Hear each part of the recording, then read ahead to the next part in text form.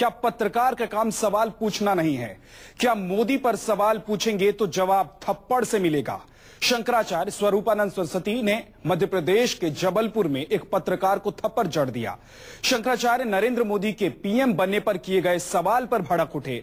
गुस्से से लाश शंकराचार्य ने कहा कि वो राजनीति पर कोई बात नहीं करेंगे।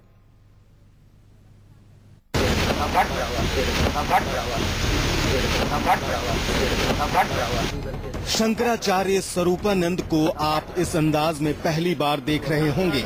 जिन हाथों से हजारों लोगों को आशीर्वाद मिलता हो, उसी हाथ से कोई थप्पड़ भी खा सकता है। हैरानी होती है, एक महान संत का मिजाज इस कदर बिगड़ जाता है। अमन और शांति का उपदेश देने वाले जगत गुरु स्वरूपानंद सरस्वती इस कदर बेकाबू भी होते हैं, आप देखकर हैरान होंगे। स्वामी जी, अगर नरेंद्र मोदी देश के प्रधानमंत्री बनते रहे,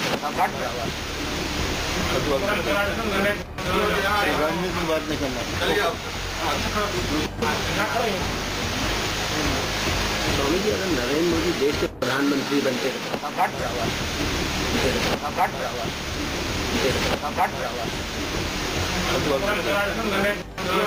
राजनीति में बात नहीं करना।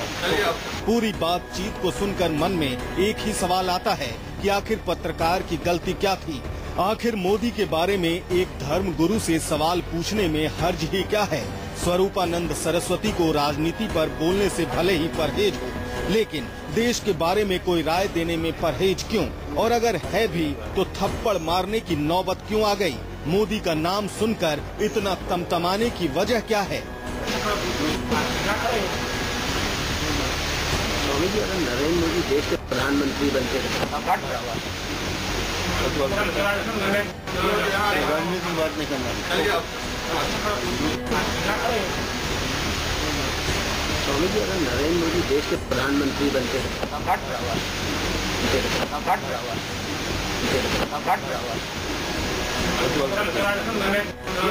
राजनीति में बात नहीं करना।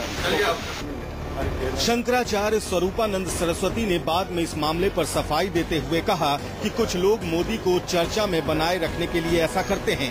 उन्होंने कहा कि मोदी पीएम बने या ना बने, उससे उनका कोई लेना देना नहीं है। तुम उस आदमी को चर्चा में रखने के लिए बात कर रहे हो। राजनीतिक लोग इस तरह के होते हैं, चाहे उनकी बुराई करो, चाहे उनकी तारीफ करो, उनको चर्चा में रखो। तो ये राजनीति चल रही है। हम ये चाहते हैं कि मोदी चुने जाए, प्रधानमंत्री बने, हमको कोई आपत्ति नहीं, लेकिन वो सही लोगों को, जनता को बताएं कि हम क्या चाहते हैं। ये वाकया जबलपुर का है। स्वरूपानंद सरस्वती जबलपुर में सिविक सेंटर के बगुलामुखी मंदिर में पत्रकारों से बातचीत कर रहे थे। यहीं एक पत्रकार ने जैसे ही शंकराचार्य स्वामी स्वरूपानंद से ये सवाल पूछा कि नरेंद्र मोदी और अरविंद केजरीवाल में बेहतर पीएम कौन है, स्वामी स्वरूपानंद ने पत्रकार को थप्पड़ जड़ दिया। मध्य प्रदेश के कांग्रेस नेता हालांकि इस मामले को गंभीर मानने को तैयार नहीं है।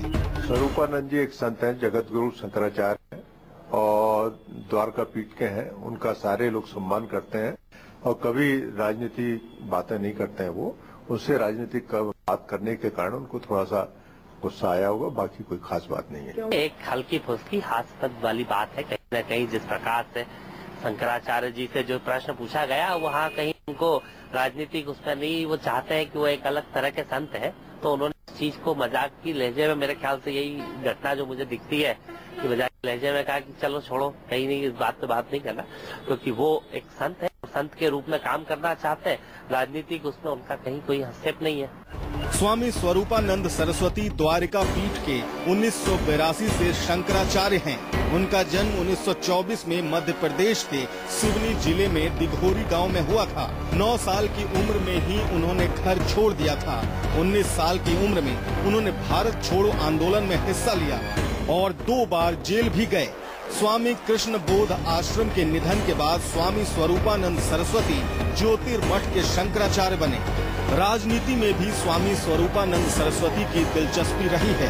नेहरू को चुनौती देने वाले स्वामी करपात्री जी महाराज ने जब राम राज्य परिषद पार्टी नाम से राजनीतिक पार्टी बनाई, तो स्वामी स्वरूपानंद उसके अध्यक्ष बने।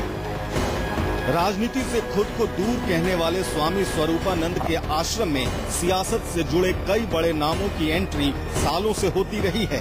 मध्य प्रदेश के पूर्व मुख्यमंत्री दिग्विजय सिंह भी स्वरूपानंद के शिष्य हैं। उत्तराखंड के सीएम विजय बहुगुणा भी स्वरूपानंद के आश्रम में जाते हैं।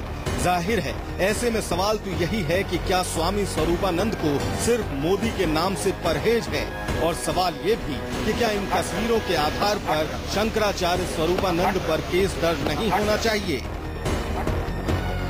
Bureau report, news 24।